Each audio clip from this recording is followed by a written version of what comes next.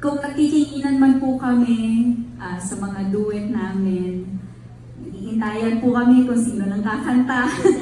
Hindi po kami nagpapainig. Nagtatansyahan po kami.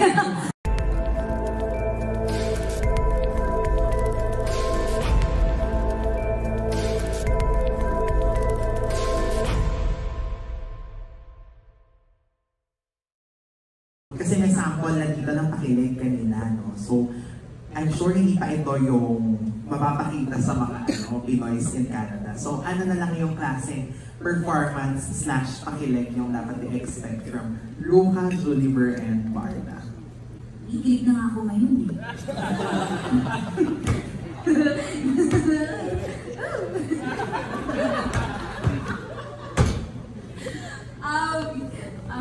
Siguro, pagdating sa kilig, so totoo lang po, hindi talaga namin sinasadya. Kumbaga parang, kung nagkikiinan man po kami sa mga duet namin, nag-iintayan po kami kung sino lang kakanta. Hindi po kami nagpapainig. Nagtatansyahan po kami. So, dito po sa Canada, bukod po siguro sa kilig na may paparamdam namin, hopefully sa ating global Pinoy sa Canada, marami din po kaming prods na hindi lang as a couple. Meron pong girl power, merong all boys, merong as a group, kaya talagang hindi lang siya talaga makakategorize as parang show ng love teams. Group siya talaga. So team effort din, marami kaming prods together as a group. So yun po ang may papakita namin sa inyo. Bukod syempre sa couples. Ako ba?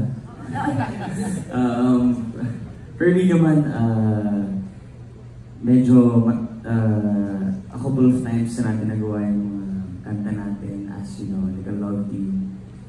For me, I think yung I'm looking forward to is yung boys prod namin. I think before kasi yung pinapanood ko sa TV na sumasayaw yung mga artista.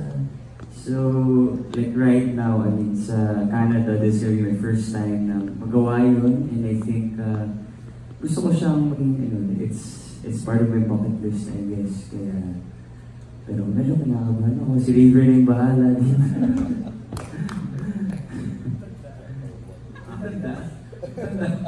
Pwede ko siya na tapos si Ruru. Hindi kayo si Ruru. Nakakabuya mo kayo. What makes you feel excited to perform para sa mga Filipinos, especially diba, sa mga overseas Pinoy? What makes you feel so excited performing for them? Kami po ay magiging instrumento. Tama? Okay. Opo.